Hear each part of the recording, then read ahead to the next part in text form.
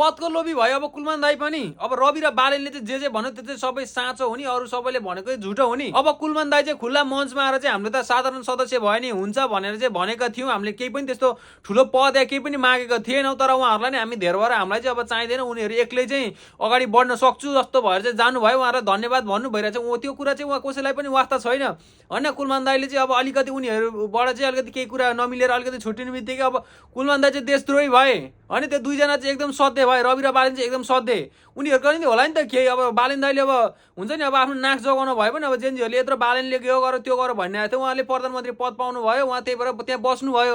अब रविले आफ्नो पार्टी दह्रो बनाए, अब पार्टी दह्रो सँगसँगै अब बालेन प्रधानमन्त्री बनेपछि अब आफूलाई सहकारी ठगेको के लागिरहेछ, जेल जाँदैन नि, त्यही भएर उहाँले बालेनलाई प्रधानमन्त्री अपनाए। अब कुलमान घिसिङको त के थियो होइन, कुलमान घिसिङ त खोइ के त्यो आइमै भन्थे, त्यो नेपालीमा अलिकति गाली दिँदा हो त्यस्तै भइहाल्यो होइन। आइज भन्दा फुत्ता आउनुपर्ने, फुत्ता जा भन्दा फुत्ता जानुपर्ने। तपाईँहरू चाहिँ तिनैजना चाहिँ एकदम ठग हुनुहुँदो रहेछ।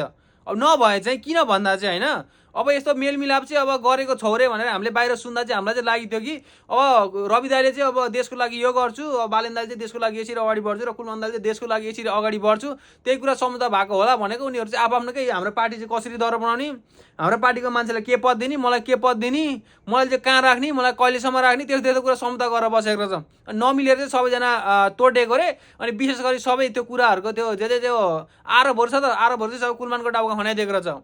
बालेन र रविले त जे भने नि भइहाल्छ, जे भने सबैले विश्वास गर्नु परिहाल्छ, विश्वास गरिहाल्छन् होइन।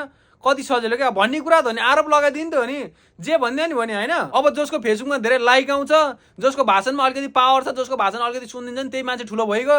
अर्को त के छ र, अर्को त कसले चाहिँ सुनिदिन्छ र होइन।